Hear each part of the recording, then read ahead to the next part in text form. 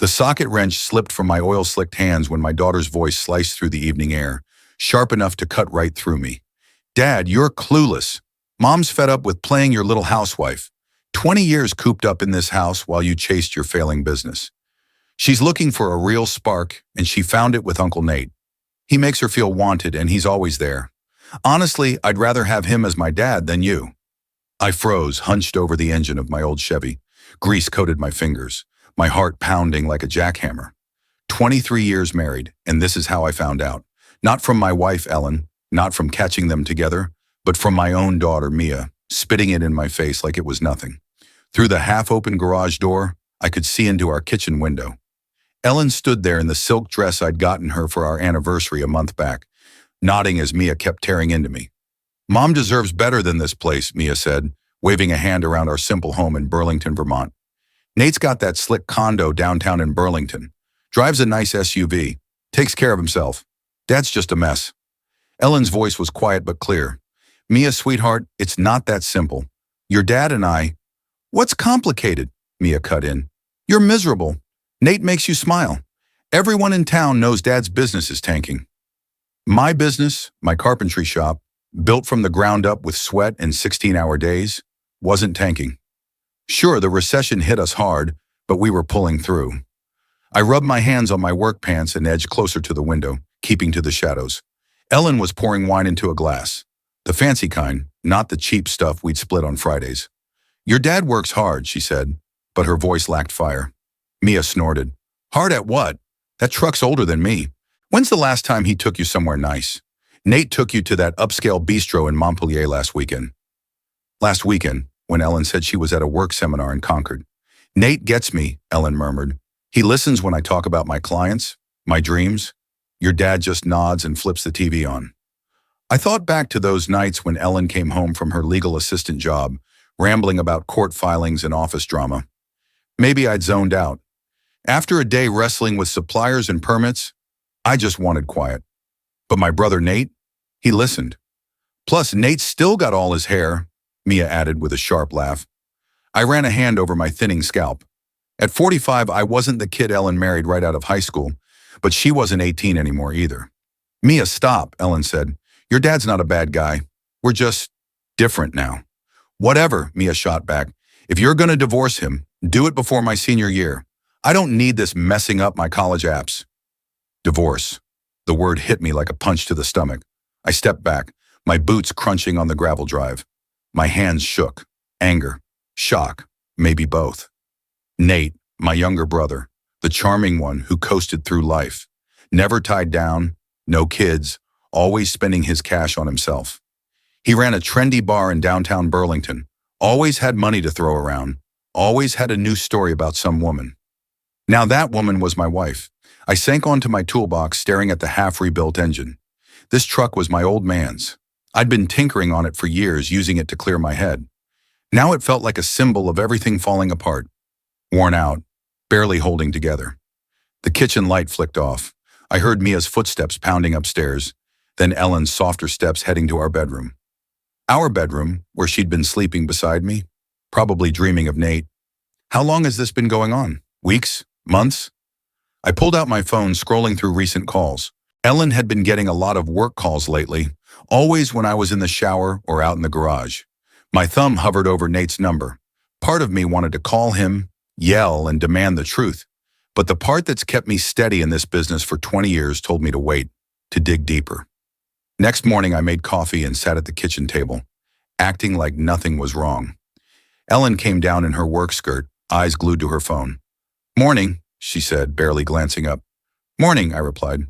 "Sleep all right?" "Fine." She filled her travel mug, still avoiding my gaze. "Got a late meeting tonight. Don't wait up." "Another late meeting? What kind of meeting runs past 9? "Client prep," she said. "A big case is going to court soon." She gave me a quick peck on the cheek, more habit than feeling, and left. I waited until her car pulled out, then called in sick to work. First time in years. I drove to Sally's Diner in downtown Burlington, knowing the waitresses there gossiped like nobody's business. Sure enough, Rita was working the morning shift. "Jack, you're not usually here on a Tuesday," she said, pouring my coffee. "Coffee's good, but I need some info too," I said. Rita raised an eyebrow. She'd known me since high school, even dated Nate for a hot minute before he moved on. What kind of info? The kind about my brother and married women. She poured slowly, thinking. You sure you want to hear this? I'm sure. He's been coming in with a woman. Classy type, drives a gray sedan.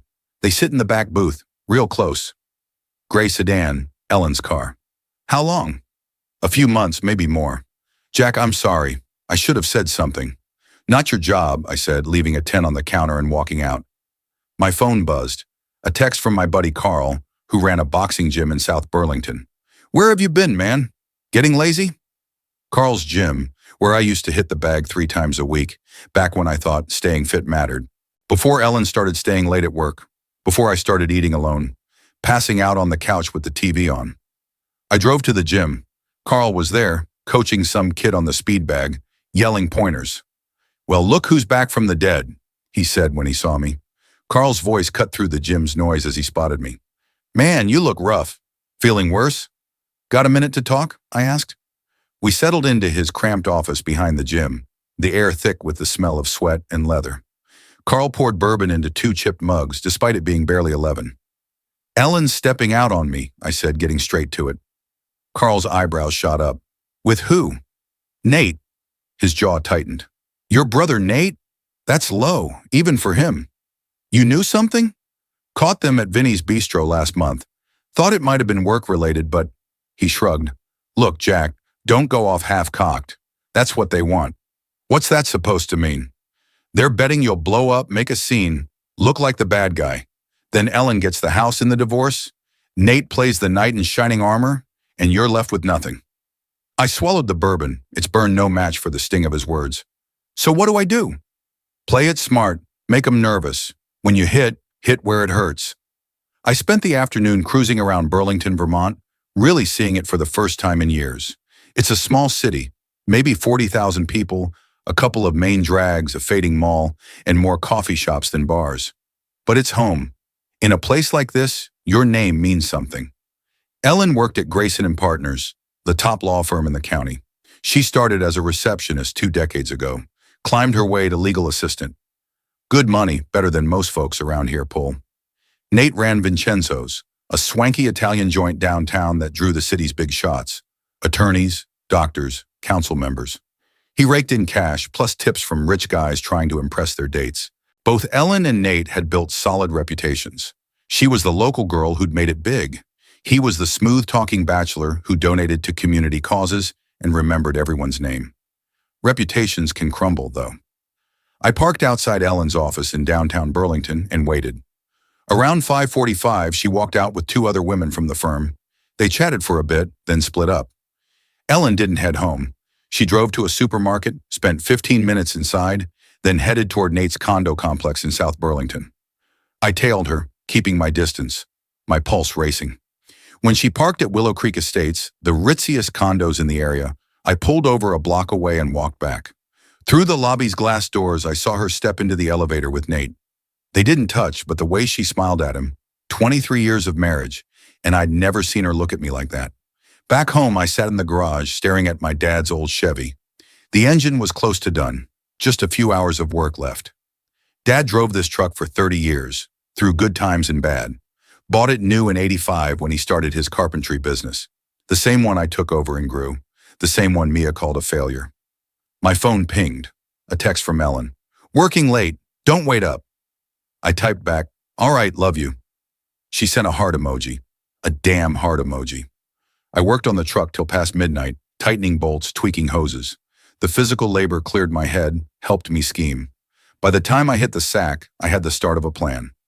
Up before dawn the next day, I found Ellen already gone. Early meeting, she'd said. Mia was still crashed out, no classes till noon. I drove to Burlington High, where I'd graduated back in the day. The parking lot was quiet, just a few maintenance guys around. I spotted old Mr. Carver, the custodian who'd been there forever. Jack Reed, been a minute, he said, wiping his hands on his coveralls. How's the carpentry business? Holding up. Listen, Mr. Carver, I need a favor. Mia's got college apps coming up, and I want to do something special for her, maybe a video with her friends talking her up. Nice idea. What do you need? Just curious if you know anything about kids posting stuff online. social media, that kind of thing. He chuckled. These kids put everything out there. Mia's always posting videos, dancing, talking about her life, her family. Really popular, that girl. She talks about family? Oh yeah. Just last week, she posted one about her dad, you, calling you a total embarrassment. Got thousands of views. My stomach dropped. Thousands? Kids eat up that drama. She was going on about how you're broke, how her mom's seeing someone else. Probably just teen nonsense, but he trailed off, seeing my face. Mr. Carver, can you show me how to find those videos? 20 minutes later, I was in my truck, watching Mia trash me on her phone for her 9,000 TikTok followers. So my dad's like a walking midlife crisis, she said, lounging in what looked like our living room. 45, losing his hair, drives a truck older than dirt, and still thinks he's going to be some big carpentry tycoon. Meanwhile, my mom's finally waking up to what she deserves. The video had 15,000 likes and 700 comments. I scrolled through them. Your dad's a total flop. Tell your mom to get a divorce lawyer. Your dad needs to step it up. Old guys are so sad. I kept scrolling through Mia's TikTok, my gut twisting tighter with every video. There were dozens, each one a fresh stab, turning our family's mess into some kind of online circus for strangers to gawk at. One clip posted a month back showed Mia filming herself in our kitchen while I sat at the table, flipping through a carpentry magazine. Check out my dad acting like he's not a total washout, she whispered to the camera. Then louder, hey dad, how's work going? I'd mumbled something about supply orders and project deadlines. See? She hissed. Guy's got the charm of a brick.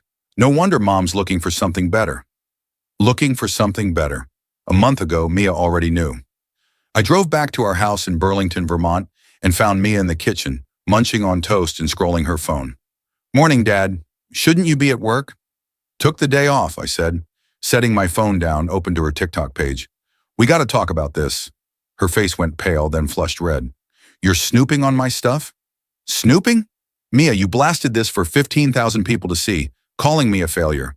Well, if it fits, she snapped. Enough, I said, my voice low but sharp enough to make her flinch. How long have you known about your mom and Nate? I don't know what you're talking about. Don't play games. Not after what I heard you say in the kitchen last night. Her defiance cracked.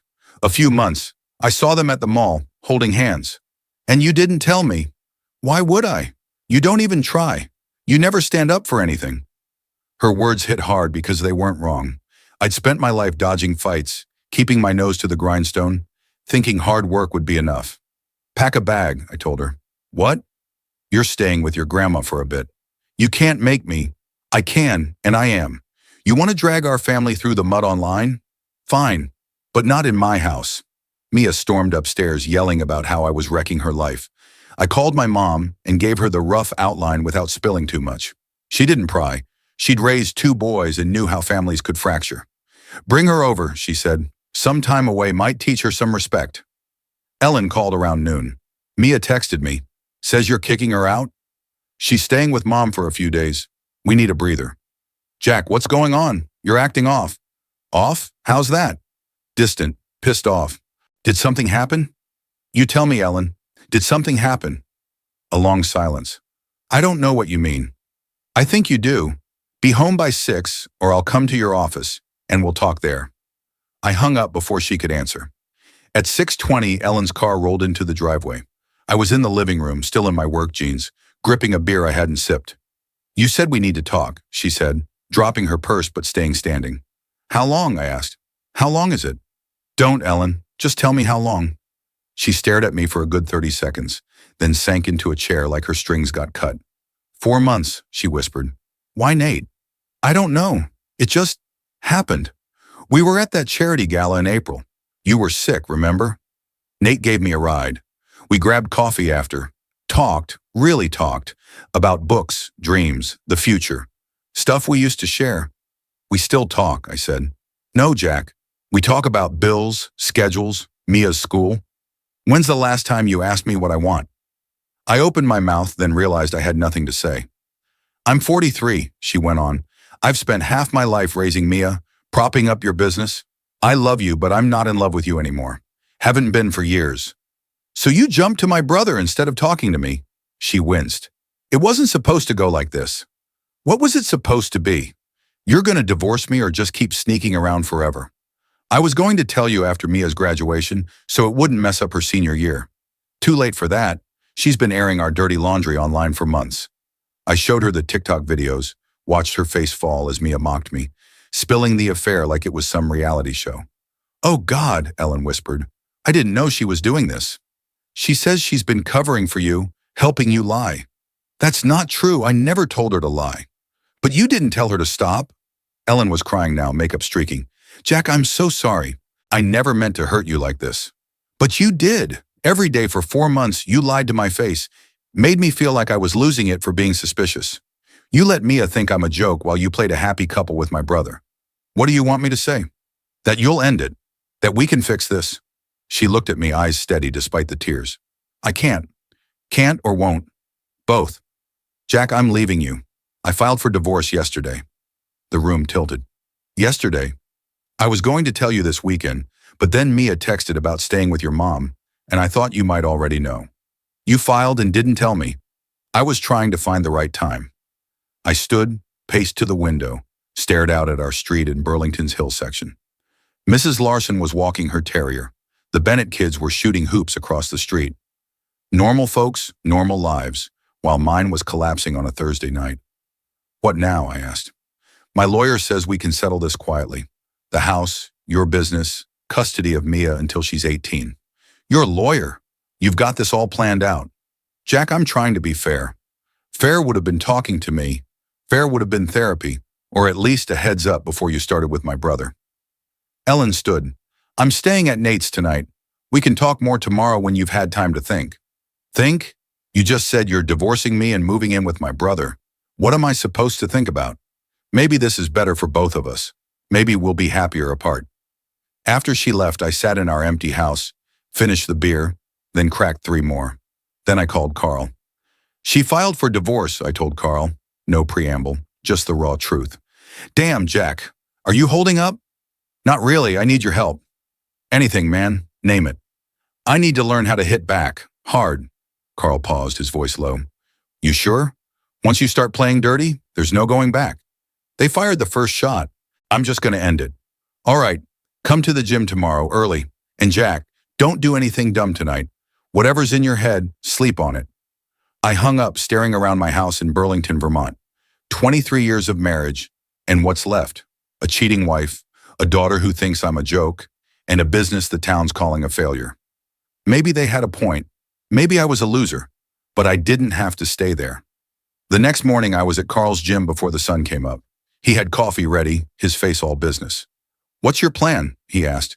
Ellen and Nate are trying to ruin me. My name, my home, my kid. They've been scheming for months while I busted my ass to keep this family afloat. I want them to lose everything. I want them to feel what I'm feeling. I want this whole city to see who they really are. Carl nodded, slow and deliberate. Anger's good if you keep it in check, but you gotta be smart. You can't just storm into Nate's bar and deck him. Why not?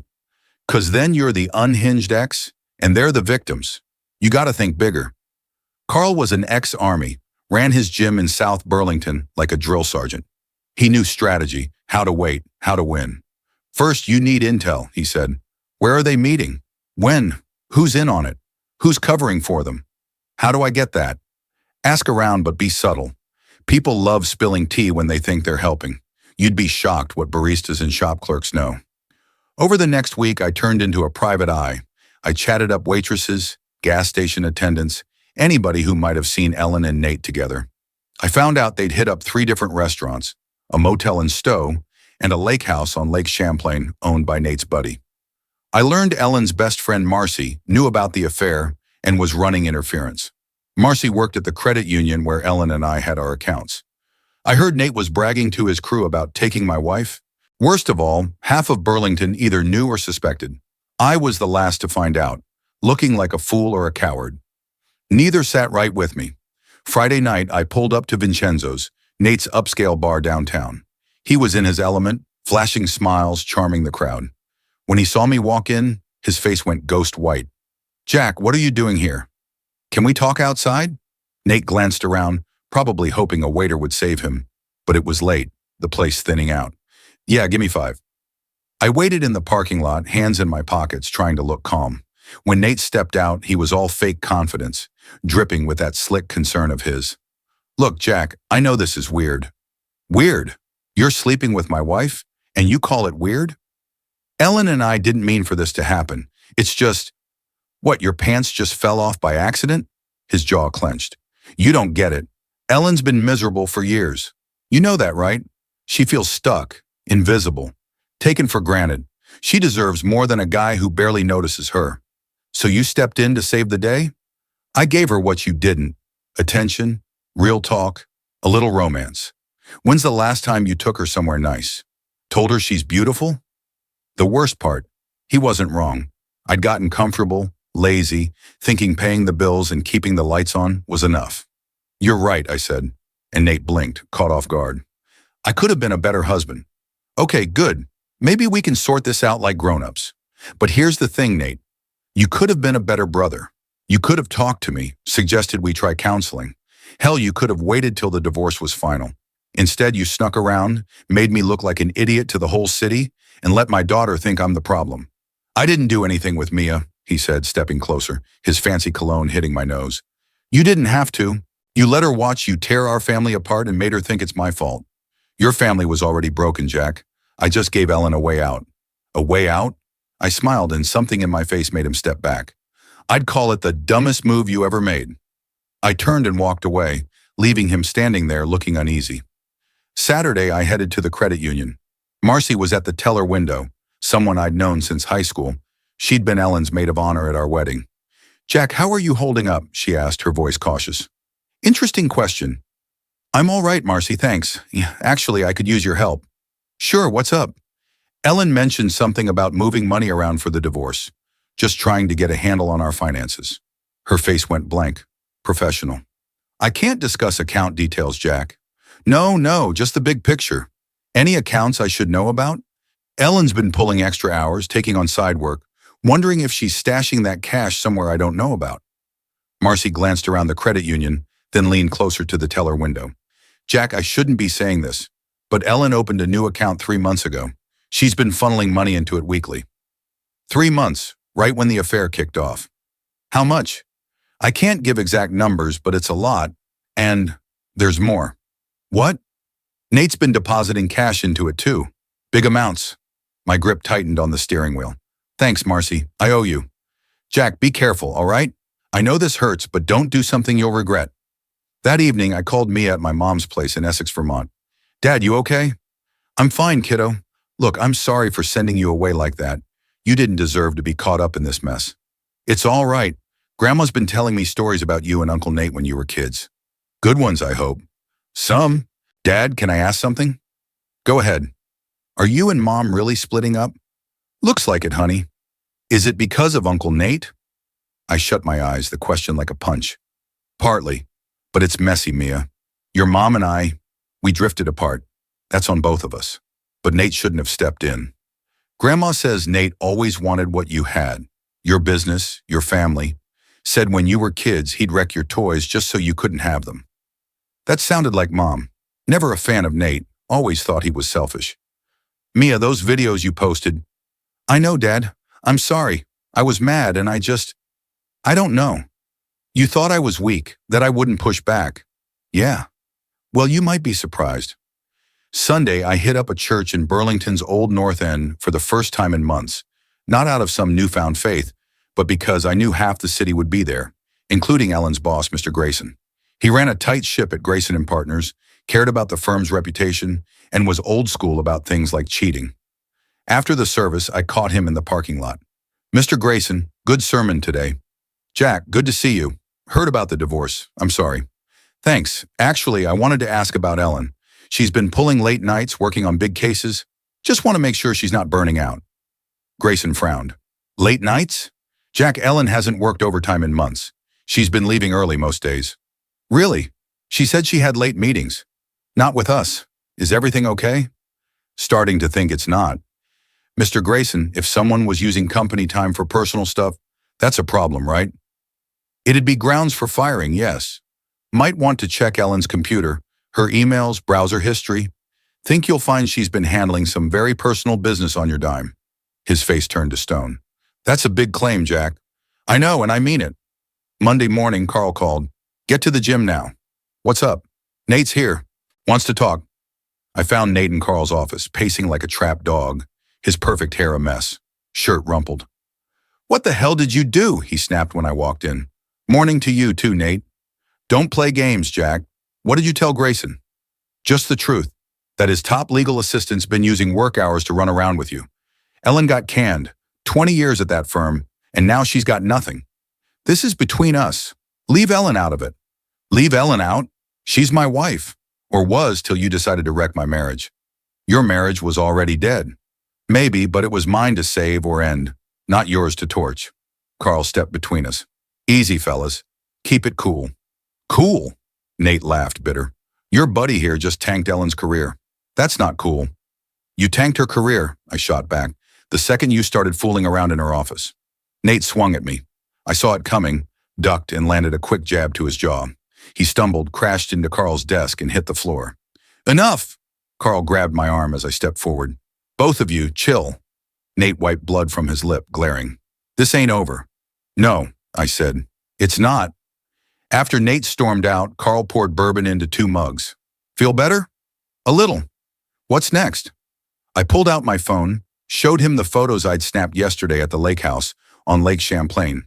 Nate's car parked out front, Ellen walking in with a duffel bag, the 2 of them on the porch, sipping wine, laughing. I'm showing these to everyone, starting with Mia. Carl frowned. You sure? Once you do this, there's no undoing it. They dragged my name through the mud publicly. Now it's their turn. That afternoon, I drove to my mom's place in Essex. Mia was in the backyard, nose in a book. Dad, what are you doing here? Need to talk about your mom and Nate. Her face fell. Do we have to? Yeah, Mia. This is tough, but you need to get it. What your mom and Nate did, it's not okay. And I'm not going to just sit back and take it. What do you mean?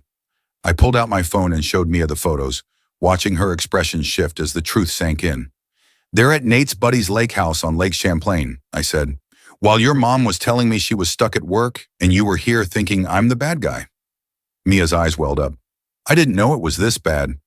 Your mom filed for divorce behind my back. She and Nate have been planning their new life for months, moving money, setting things up. They never planned to fix anything or try counseling. They just wanted me out of the picture. What are you going to do? I'm going to make sure everyone knows the truth. They want to play the victims? Fine, but they're going to do it with the facts out there. Mia wiped her tears.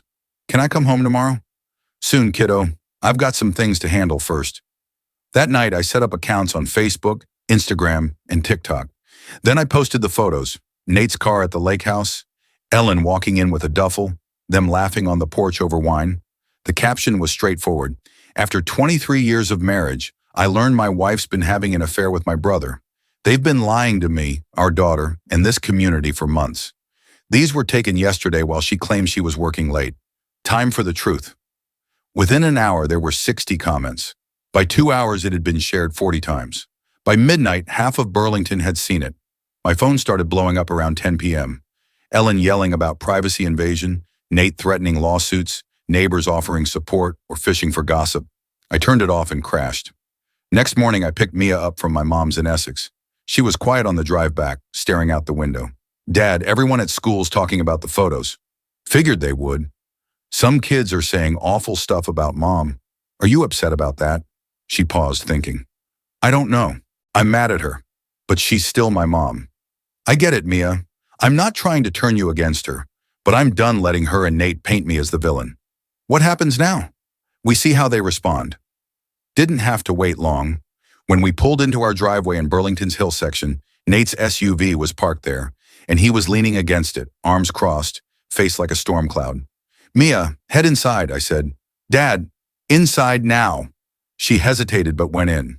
Nate stormed toward me. You son of a bitch. You trashed Ellen's reputation. Ellen trashed her own reputation. I just put it on display. Those photos were taken on private property. Public road. Never stepped foot on the lake house grounds. This is harassment. This is accountability. He got in my face, close enough I could see the veins in his eyes. Take down those posts. No. Take them down or I'll make you. I held my ground, half expecting him to swing again. But Nate was all bark, always had been. He backed off, smoothing his shirt. You think you've won something? Ellen still loves me. We're still together. All you've done is make yourself look like a bitter loser. Maybe, but now everyone knows the truth. The truth? You were a lousy husband who pushed away the best thing you had. If I was so lousy, why didn't Ellen just divorce me? Why all the sneaking? The lies? Nate had no answer. I'll tell you why, I went on. She wanted it all, my stability, our house, the respectability, while playing around with you. And you went along because you've always wanted what I've got. My business, my family, my life. You couldn't build your own, so you stole mine. Nate's face went red. You're full of it. Am I? Remember my model car? The one I saved up for months to buy when we were kids? I came home one day, found it smashed on my floor. You said you didn't know what happened. That was 30 years ago. You broke it because you couldn't stand me having something you didn't. Just like you broke my marriage because you couldn't handle me having a family. Nate opened his mouth, then shut it. We both knew I'd hit the mark. Get off my property, I said, voice low. This isn't over. No, it's not. Your move. He peeled out, tires screeching. Inside, Mia was at the kitchen table looking rattled. I heard shouting. Uncle Nate's mad about your posts. Yeah, he stopped by to share his feelings. Dad, I'm scared. What if he does something crazy? Does it hurt you? Hurts us? I sat across from her. Mia, your uncle's a lot of things, but he's not dangerous. He's a coward who picks on people he thinks won't fight back. The worst he'll do is run his mouth. What about Mom? Is she really not coming back? I looked at my daughter, smart, tough, caught in this chaos, and felt my chest ache. I don't think so, honey. She made her choice. What if she changes her mind? Want to fix things? Do you want her to? Mia frowned, thinking. I want our family back, but not like this. Not with all the lying. I hear you. Even if she came back tomorrow, begging to make it right, it wouldn't be the same. Some things you can't rebuild. That evening, Ellen called, not yelling this time, but sobbing. Jack, please take down those photos. Why? Because I lost my job. People are saying terrible things about me. Mia's friends are asking her questions she shouldn't have to deal with. Should have thought of that before you started the affair. I messed up. I'm sorry, but this public shaming, it's too much. Is it? Feels about right from where I'm standing. What do you want from me? Admit you're not the victim here. Stop acting like the wounded party and own what you did. Fine, I had an affair. I lied to you. I hurt our family. Happy now? Getting there. Jack, I know you're angry, but think about Mia. She doesn't deserve to be stuck in the middle. You're right. She doesn't. Mia deserved parents who could sort out their issues like grown-ups, or at least end their marriage with some shred of respect. Instead, she got a mom who hid the truth for months and used her as a cover. That's not right, Ellen, I said. None of this is right, but it's happening. Ellen went quiet for a long beat. What's next? You deal with the fallout of your choices, same as I do. The divorce goes forward. You find a new job. You and Nate figure out if your fling was worth torching everything. As for Mia, she stays with me. She's almost 18 anyway, and she's seen enough of what cheating does to a family. You can't cut me off from her. I'm not, but I'm not making her pick between loyalty to me and whatever she feels for you. That's on you to fix. After hanging up, I sat in our living room in Burlington's Hill section, really seeing it for the first time in ages. This house had been ours for 15 years. Ellen and I painted these walls, chose the couch, hosted Mia's birthday parties and late-night study sessions. Now it felt like a ghost town. Over the next few days, people stopped by. Some were neighbors who'd always had my back, work buddies who thought Ellen and Nate went too far. Others just wanted the juicy details for their gossip circles. But the most interesting visitor was Mrs. Callahan, the 87-year-old from down the street who'd lived here forever and knew everyone's dirt. Jack, she said, sipping coffee at my kitchen table, I've got something to tell you. What's that, Mrs. Callahan? Your brother's been messing with other people's marriages for years. Take Linda Harper, 2 blocks over. Her husband caught Nate texting her flirty messages a couple years back. Nothing happened because Linda shut it down, but Nate's got a habit. He goes after married women who seem unhappy. It's like a sport to him. Why didn't anyone say anything? She shrugged. Folks keep to themselves. But you changed that. You fought back. Most guys just pack up and fade away. Pay alimony. Move on. You made it public. You made it their problem too. That evening, I got a call from Vincenzo's, Nate's bar. He'd been sacked. After my photos went viral, several women on staff came forward with stories of him crossing lines. The bar couldn't handle the bad press. A flicker of satisfaction hit me, chased by a pang of guilt. Was I turning into someone who enjoyed watching others crash? Then I pictured Nate's smug grin, telling me Ellen deserved better, and the guilt vanished. Friday, a week after the photos, Officer Delgado showed up, went to high school with Nate and me.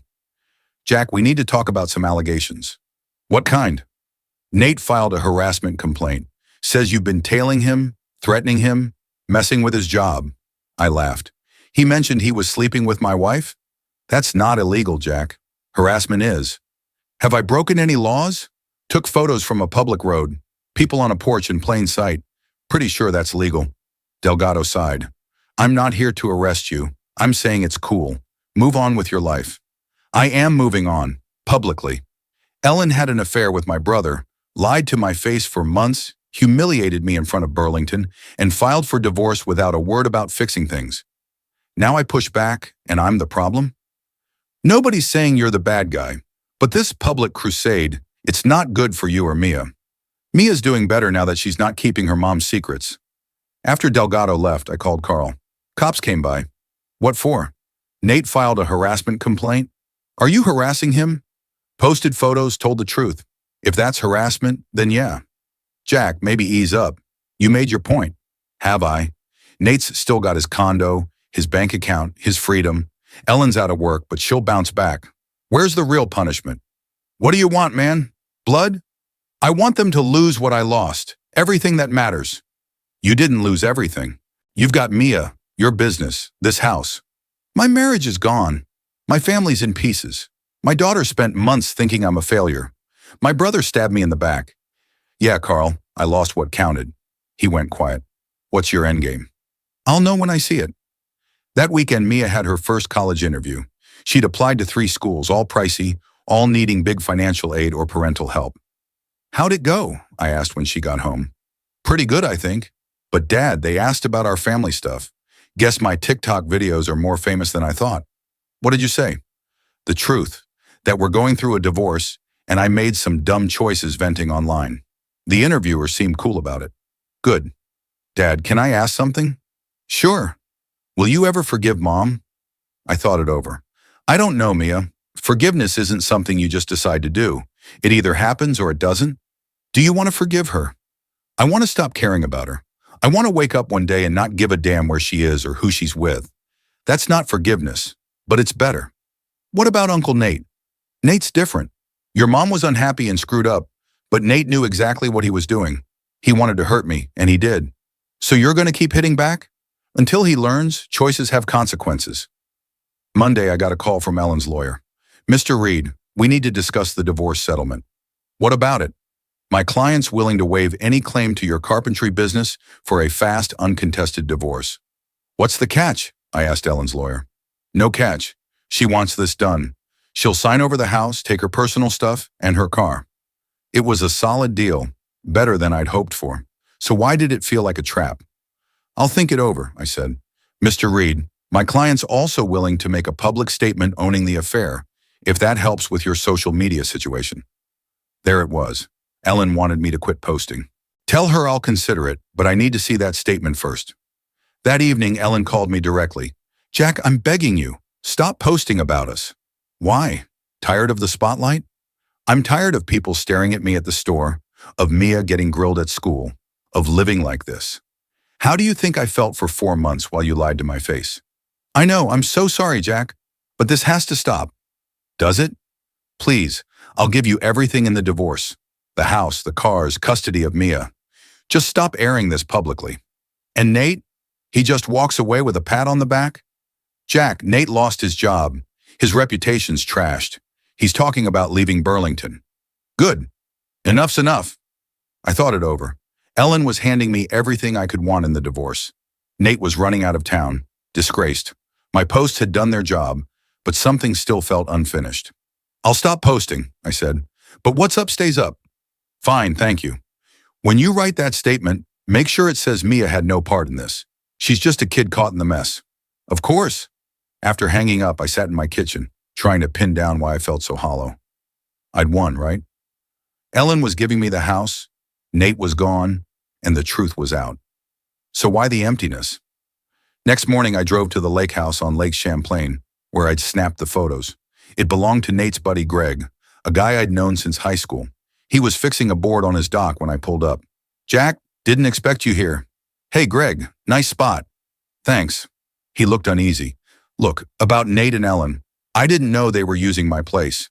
If I had, I'd have shut it down." I believed him. Greg was a straight-up guy.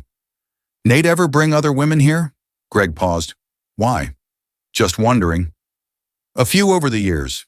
Always married ones, though I didn't know it at the time." "How many?" "3, maybe 4. "Jack, what's this about?" "Just need to know." "Got names?" "Why do you want names?" "Because some husbands deserve the truth." Greg stared at me, then went inside and came back with a logbook. "Nate always signed in when he used the place. Most of the women did too." I flipped through it.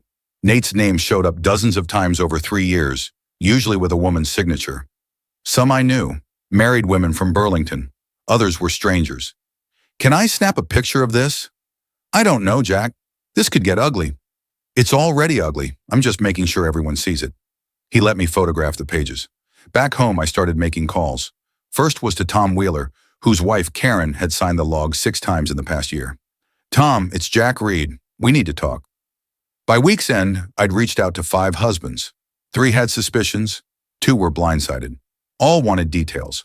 I set up a meeting at Carl's gym Saturday night. 6 guys whose wives Nate had gone after, plus Carl and me. "Gentlemen," I said, looking around the circle of folding chairs, "we've got a problem." Tom spoke first. "Karen's been lying for 9 months, saying she was at a book club." "Jenny told me she was taking yoga classes," said Mark Ruiz. "Turns out she was learning how to sneak around." Each guy had a similar story. Nate met their wives at events, turned on the charm, then slowly pulled them into private meetups and affairs, convincing them their husbands didn't value them, that their marriages were already dead. "So what do we do?" Tom asked. "We make sure everyone knows who Nate Reed really is," I said. "We tell our stories, publicly." Mark shook his head. "I'm not dragging my family through that." "Your family's already dragged," I said. "The question is, do you let Nate get away with it?" "Jack's right," Tom said. "If we stay quiet, Nate moves to a new town and starts over. How many more families does he wreck?" Over the next hour, we hashed out a plan. Nothing illegal, nothing violent, just truth. Each of us would write a statement about Nate's pattern, post it on social media, send it to local papers, make sure Burlington knew Nate Reed preyed on married women. "What about our wives?" Mark asked. "They made their choices," I said. "Now they face the consequences." Not everyone was on board. 2 guys left without committing, but 4 of us agreed to go forward. Sunday, we dropped our statements at the same time. 6 stories of betrayal, all pointing to the same guy. The response was instant. By Monday, Nate's phone was disconnected. Tuesday, his condo was empty. By Wednesday, word was he'd skipped town. Ellen called that night, livid. "You said you'd stop posting." "I did. Other people posted." "You set this up." "I shared what I knew. What they did with it was their call." "Jack, this is too far." "Nate's gone. Isn't that enough?" Ellen's voice was raw, pleading. "Is it enough for you?" I shot back. "Are you happy with how this played out? You got your affair, got caught, lost your job, your reputation, and your boyfriend bolted from Burlington rather than face the music. Is that the fairy tale you were chasing?" She was sobbing now. "I never wanted it to end like this." "How'd you picture it? The 3 of us sitting around a campfire singing songs?" "I thought maybe we could have worked something out, like adults." I laughed, sharp and bitter. "Ellen, you were sleeping with my brother. There was never going to be a cozy family dinner with all of us. You wanted the thrill, the secret, the feeling of being wanted. But real love doesn't lie and tear families apart. And what you're doing now, is that love? No, it's justice. Sometimes it looks like revenge." The next few weeks were calm. Ellen moved to her parents' place in Rutland, 2 towns over. The divorce wrapped up without a fight. She signed over the house, took her car and clothes. Mia started her senior year at Burlington High, head up, no longer hiding her mom's secrets. I went back to my carpentry business, took on new jobs, even hired an extra guy. Work was picking up. Turns out, being the guy wronged in a public scandal made clients feel for me. But inside, I was still hollow, like I'd won a battle but lost something of myself along the way. One October evening, Mia found me in the garage staring at Dad's old Chevy. The engine was done, had been for weeks, but I hadn't fired it up. "Dad, you okay?" "Just thinking.